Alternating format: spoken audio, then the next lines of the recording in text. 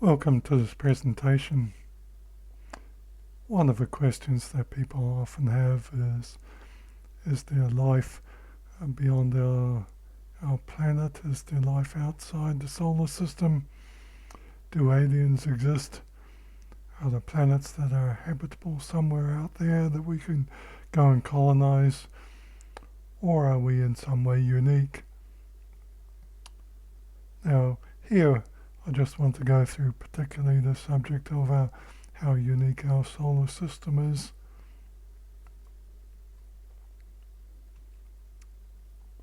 First of all, there's the question of how many stars are there altogether.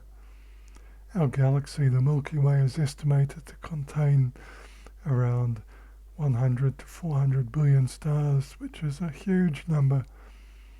But on top of that, there are perhaps something like 100,000 million to a million galaxies of varying sizes out there, some bigger than ours, some smaller than ours. So we don't know the exact number of stars out there, but there could be, as a rough estimate, of the order of 100,000 million stars in the universe, which is a staggering number. And with numbers like that, people do ask the question, how can it possibly be the case that we are unique? And we are alone. There must be other life out there somewhere.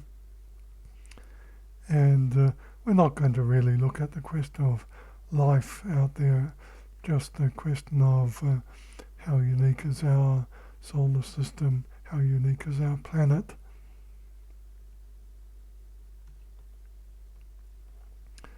In Psalm 8 verse 3 it says, "When I consider thy heavens, the work of thy hands, the moon and the stars, which thou hast ordained, what is man that thou art mindful of him, and the son of man that thou visitest him?" When you look at the heavens and the universe and the vastness of it, what is man compared with all of that? And why would a God who created heaven and earth even bother with man? In Psalm 147, he counts the stars and calls them all by name. How great is our Lord! His power is absolute. His understanding is beyond comprehension. And we can't count all the stars that's beyond us, except our guess. But our God can count them all 100,000 million of them, or whatever the actual number is, and call them all by name. And that is absolute power and understanding beyond our comprehension. So for all those stars out there, how many planets are there around those stars? And how many of those planets are like our Earth? And the answer to that question is unknown. Years ago, people like Carl Sagan suggested Earth-like planets may be very common. And I remember hearing Carl Sagan talk on a television program in terms of what's the probability of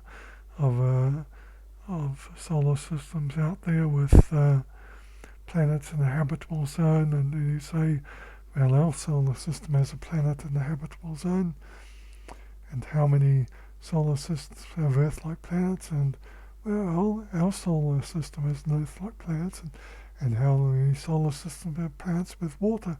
Well, our planet has water on it, and so by a wonderful piece of gaslighting, he implies that pretty much every solar system probably has an Earth-like planet around it. But people these days have got a more careful view of the matter. You can actually find a lot of interesting YouTubes on the matter by Astrom and by Anton Petrov and by various other people, and they do a great job talking about these things. You can certainly learn a lot about it. One of the things that's raised is it turns out our solar system is actually one of the rarest planetary systems out there, that our solar system is quite unusual in a number of ways, and this is based on scientific papers that have studied these things. Now, the count so far of planets outside our solar system, somewhere in the region of 5,300 exoplanets, alien worlds that are out there waiting to be explored. In some cases, all we see is a slight dip of a light coming from the star as the planet moves in front of it. In other cases, a slight wobble of a star as the planet moves to the left or to the right of a star. The planet moves in the star moves in the opposite direction. So we don't see the planet directly, but we observe its very faint effect. James Webb has been able to have a look at some of these planets, but we should stress in all these things that there's only tiny fragments of information. It's amazing what people have achieved so far, but it's still a very small amount of information. Now, one of the things that the study has found is that most stars are not like our stars. Most stars are actually red or brown dwarfs. Maybe 90% of the stars in our galaxy are in this category, smaller than our sun. Because they're smaller, gravitational forces are weaker, so they burn less brightly, and they live longer, and their temperature is cooler, so their color is reddish instead of yellowish. Another interesting feature is that most stars are actually in binary systems, or systems with multiple stars. This is slightly unexpected. We see our star and the planets moving around it, but in a lot of cases we get systems with multiple stars. Another interesting thing is that many planetary systems out there are not in spherical orbits. And our planet, of course, goes in an almost spherical orbit, not quite. It's elliptical, but it's very close to a circle, so we get a very regular temperature throughout the year. And the fourth thing that's unique about our system, and we won't discuss it further. We'll discuss the other things in a bit more detail, but the fourth thing is that we need both an Earth-like planet and a gas giant like Jupiter. And it's thought that a planet like Jupiter may have had quite a significant effect on the development of our planet, and may in the early solar system have directed a lot of icy bodies towards us, providing our planet with water, and then in later times protected our planet from the bombardment of other lumps of rock that are out there waiting to collide with us.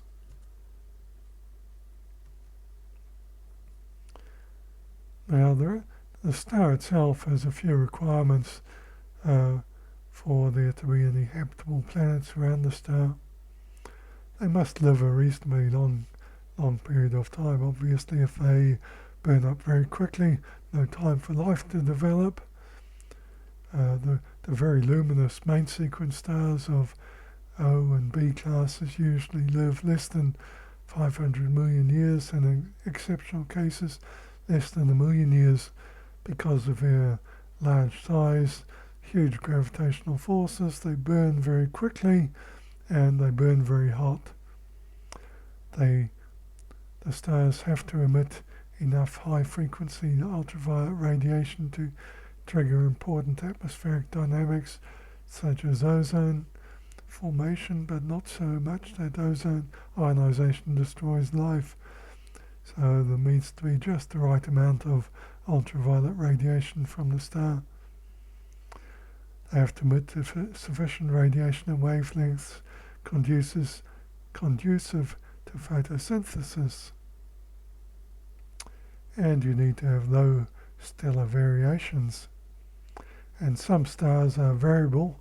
They often undergo sudden and intense increases in luminosity and consequently in the amount of energy radiated towards bodies in orbit.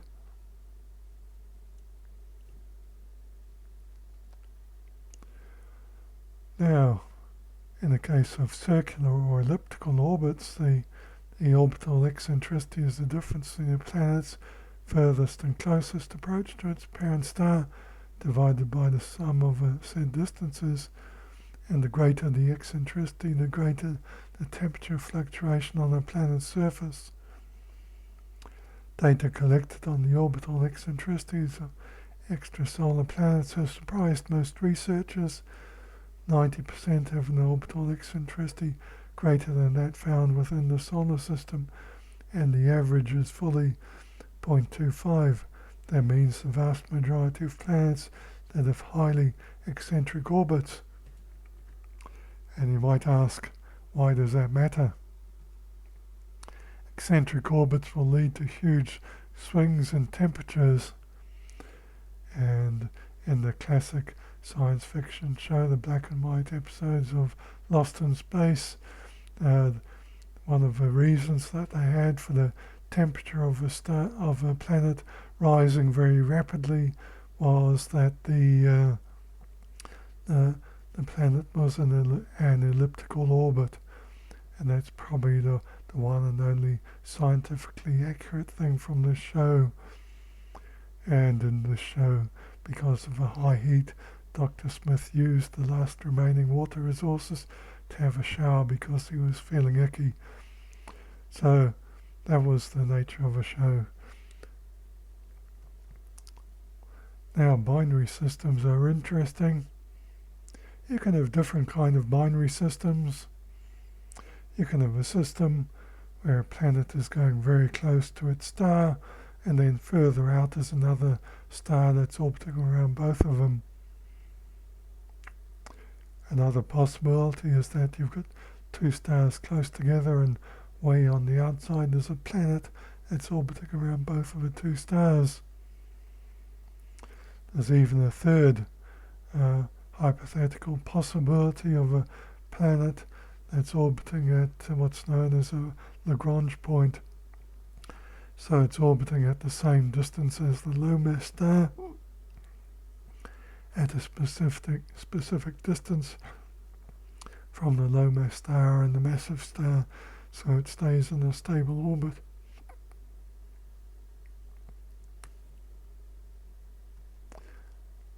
Now, two planets like Tatooine and Star Wars could experience extreme temperature variations. Now, when we talk about temperature variations, whether it's due to the presence of two stars or whether it's the presence of orbital eccentricity, it's hard not to understate the extent of a problem. If you have an orbital eccentricity where the planet changes its distance from the star by 10%, that's going to change the luminosity hitting the surface of a planet by 20%. And the effect on the planet itself, on the temperature of a planet, may depend on a number of factors, like the atmosphere of a planet, if that buffers the effect to a degree, of how rapidly the planet is rotating and things like that. But you could imagine a 20% luminosity change causing a 50-degree swing in temperature, which is huge. Now, parts of our planet do have huge temperature variations. In Siberia, it gets up to 30 degrees, plus 30 in summer, and minus 50 in winter. So that is a very large temperature difference. And there are other places on the planet that might see that as well, but it's uncommon, and most places have a very even temperature. And if the entire planet has a huge swing, then some regions may even have more extreme differences, which obviously is not very good for anybody trying to survive on the planet, like people trying to survive on Tatooine. Now, one of our closest stars to us is actually a system known as Alpha Centauri, which is a binary system, and that has possible planets. Alpha Centauri A, the largest of the two binary stars, has 1.1 times the mass and 1.5 times the luminosity of the Sun, while Alpha Centauri B is smaller and cooler at 0.9 times the Sun's mass and less than 0.5 times its luminosity. And the pair orbit around the common center with an orbital period of 79 years. Their elliptical orbit is eccentric, so that the distance between A and B varies between 35 astronomical units, or about the distance between Pluto and the Sun, or 11 astronomical units, or the distance between Saturn and the Sun. So the two stars themselves are in an elliptical orbit around each other, and there may be a large planet orbiting one of those, a planet bigger than Neptune orbiting Alpha Centauri A, almost certainly in quite an unusual orbit, certainly not a nice spherical orbit with a nicely regulated temperature on the planet's surface. Now we come to the question of red dwarfs. Not that kind of red dwarf. Proxima Centauri, our nearest star, is a red dwarf with a planet in the habitable zone. Now the habitable zone means that the planet is at a distance from the star where there could be liquid water on the planet. Too far away, the whole planet is an ice cube. Too close, it's just all water vapor. In between is the Goldilocks zone. Proxima Centauri, our nearest neighbor, is 4.24 light years away, but to reach it by spacecraft, and spacecraft traveling at the speed typical of a spacecraft that we've sent out into orbit, like Voyager 1 and Voyager 2 and others. It would take something like 70,000 years to reach Proxima Centauri. So a very, very, very long time. Now the mass of Proxima Centauri is about 1/8 of our Sun, and it radiates about 0.17% of the energy compared with our Sun. And because of that, to be in the habitable zone, the planet has to be much closer to its star, so it orbits every 12 days. And its estimated temperature is minus 39 degrees maybe, but people really don't know. If it's got an atmosphere, that would be difficult to determine. Now the star is a flare star. Flare star is exactly what it sounds like. The star emits solar flares, massive amounts of solar radiation, and that's obviously not good for any planet that's in the way. Even though normal solar radiation is able to strip a planet of its atmosphere, and it's thought that Mars has lost its atmosphere because of solar radiation. Earth has survived because it's got a strong magnetic field that protects it from our Sun's radiation. And if the planet around Proxima b has got a large magnetic field, maybe that protects it to a degree, but a solar flare is much more powerful than normal radiation. Just an incidental note that we don't know much about this type of star and how the flares work. It's conceivable that the flares go predominantly in the up and down direction in the north-south along the poles, in which case it misses the planets which orbit in the equatorial direction. So much is unknown. We just talk about these things, but we just talk about the aspects that we do know about. Now, because the planet is very close to its star, it's tidally locked, Now, what is tidally locked? That means the same face faces the sun all the time, like our moon is tidally locked to the earth. So we always see the same face of the moon all the time as the moon orbits around us. Continually we see the same face. So if a planet is tidally locked around its star, it can get very hot on one side and very cold on the other. And it's quite strange to think of a planet with light on one side and dark on the other. Interestingly, that was the theme of one episode of Stargate SG-1, where they went to a planet that was dark on one side and light on the other. Presumably they were in a region in between the two where it wasn't too hot and wasn't too cold. But even if there is a region that's like that, where it's a temperate temperature, you're liable to get extreme climate. Who knows what a climate looks like in a case like that, where you've got extreme heating on the one side, extreme cold on the other side. So hot air rises, cold air rushes in to fill it, and so the winds will be very powerful, most likely. But who knows?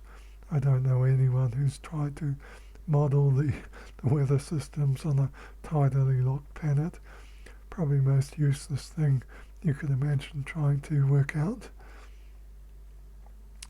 The other thing to notice is with a red dwarf, the light is obviously more reddish. Now that's not necessarily a problem for plant growth. Plants can survive with red light. It's not completely optimum, but they will grow. Now coming back to the question of flares, now there is what's known as the Carrington event in Earth's history, which was the most intense geomagnetic storm in recorded history, peaking in around the 1st of September 1859. So this was a solar storm hitting the Earth. Auroras were seen around the world in both northern and southern hemispheres, even at latitudes where you'd never expect to see them. And because of geomagnetically induced current from the electromagnetic field, telegraph systems all over Europe and North America failed, in some cases giving their operators electric shocks. Telegraph pylons threw sparks, and sometimes fires were even started. So it was quite a dramatic event. And a similar event nowadays would be potentially quite catastrophic. We have all these satellites in orbit with delicate electronics, and solar flare hitting them would potentially do a lot of damage to satellites, may do a lot of damage to our power grids and infrastructure and electronics, and we really aren't 100% sure. I hope the experts are hardening equipment to cope with this. On the red dwarf, solar flares are much, much more powerful than one of our solar flares. So not a very good place to set up shop. Now people have tried to depict our solar neighbourhood in terms of all the stars around our sun. Most of the little red dots around our sun are red dwarf stars of one type or another, and further out you see Sirius and one or two others. Now, one interesting star to note is a little red dot, Wolf 359. Interesting because it's featured in Star Trek as a direction that the dreaded Borg came from when they came to attack planet Earth. Now there is a slight problem that the writers never considered, that Wolf 359 is in the direction of a galactic rim in the opposite direction from where the Delta Quadrant would have been, because they would have been in either to the left or to the right of a galactic center, not out towards the rim. Minor technicalities. Wolf 359 itself is a typical red dwarf, a faint red star at a distance of 7.9 light years, 1,000 times less luminous than the Sun. Again, a flare star that can undergo sudden increases in luminosity for several minutes, and more than that, these flares emit strong bursts of X-ray and gamma ray radiation, so not a very good place to park your spaceship.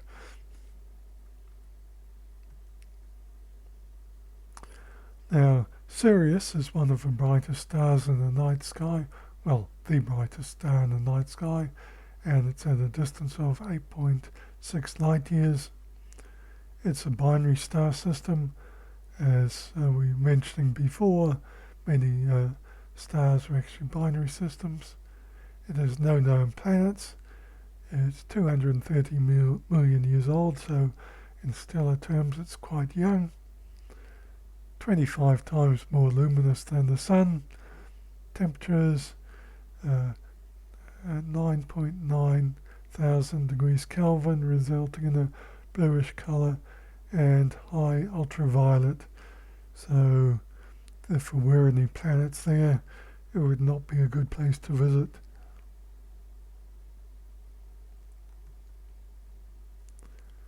Now, if you go further out, you do find a few stars that are somewhat similar to our Sun. One of the well-known ones that's featured quite a lot in science fiction stories is Epsilon Eridani, 10.5 light years away, and that's featured in the TV series Babylon 5, where the space station is located supposedly deep in neutral space, but to me it doesn't sound very far away if it's in our close neighborhood at 10 light years away.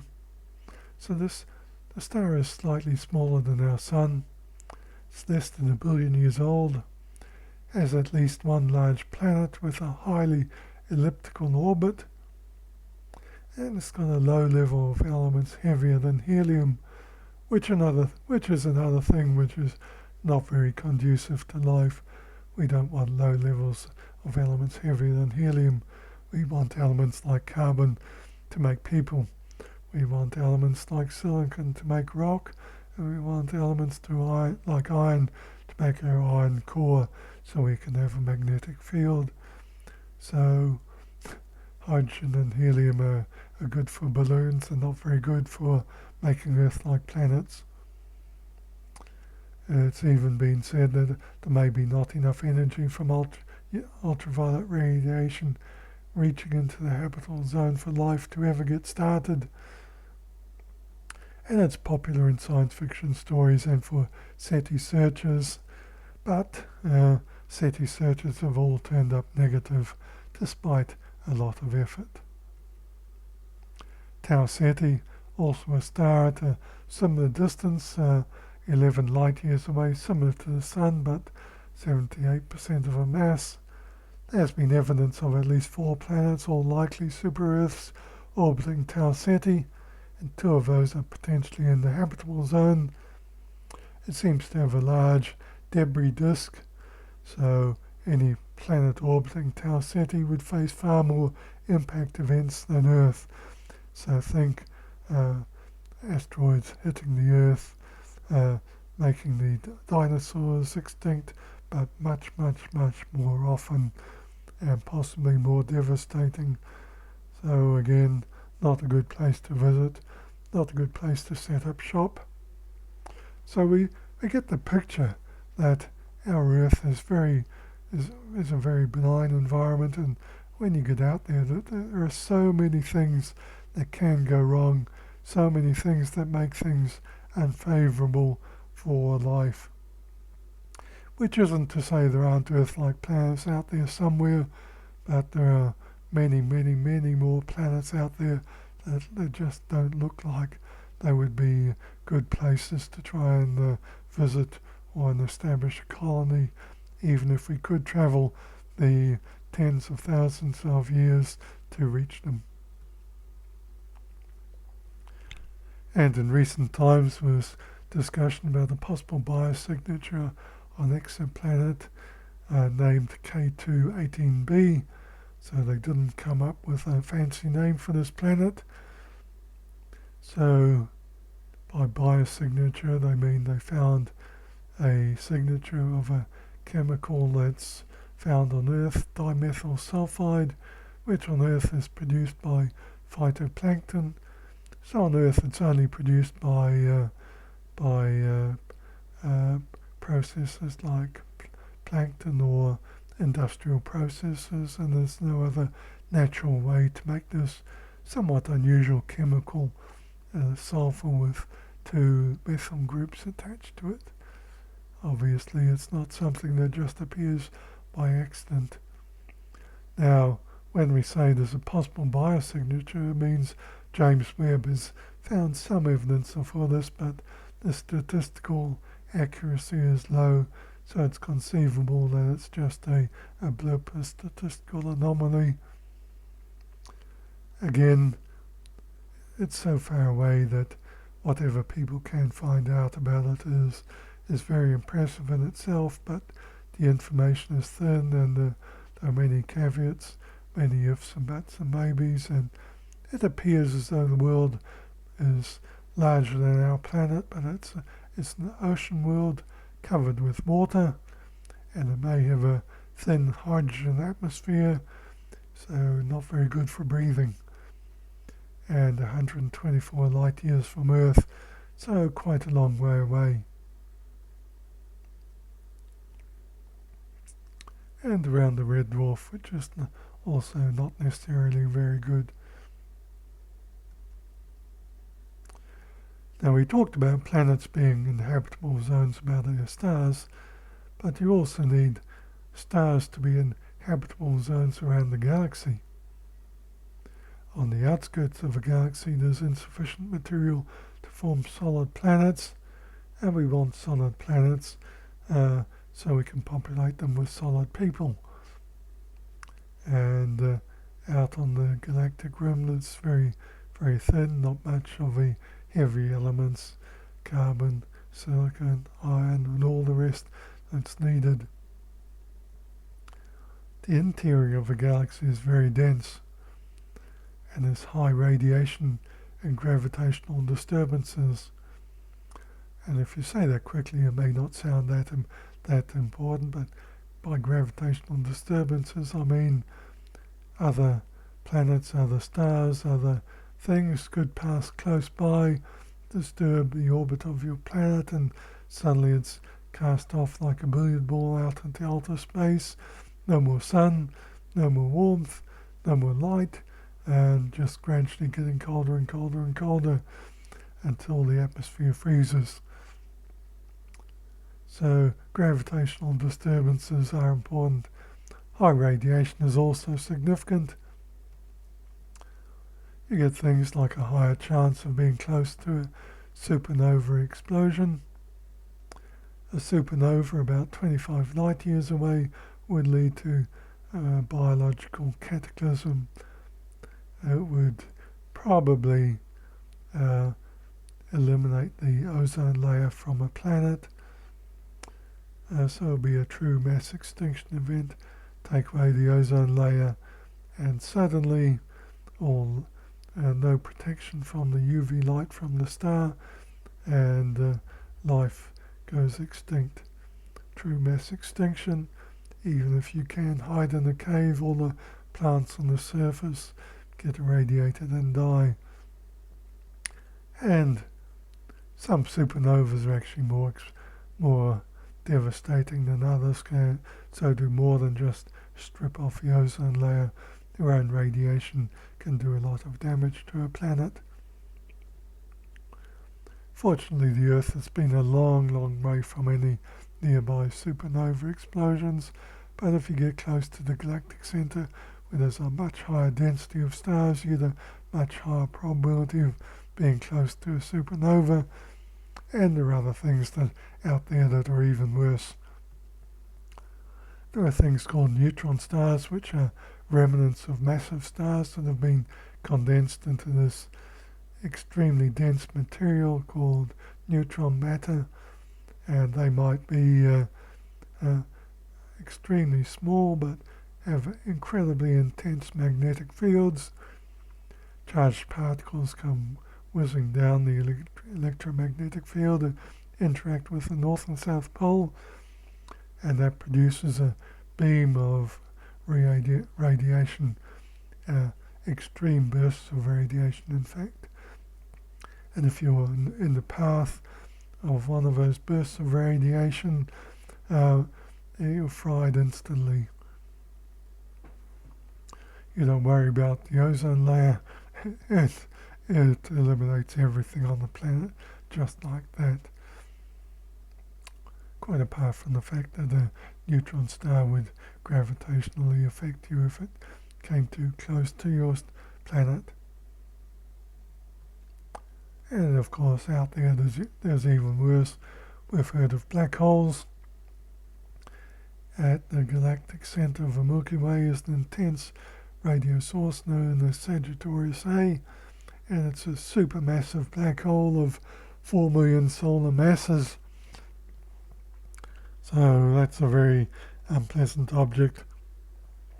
Don't get too close.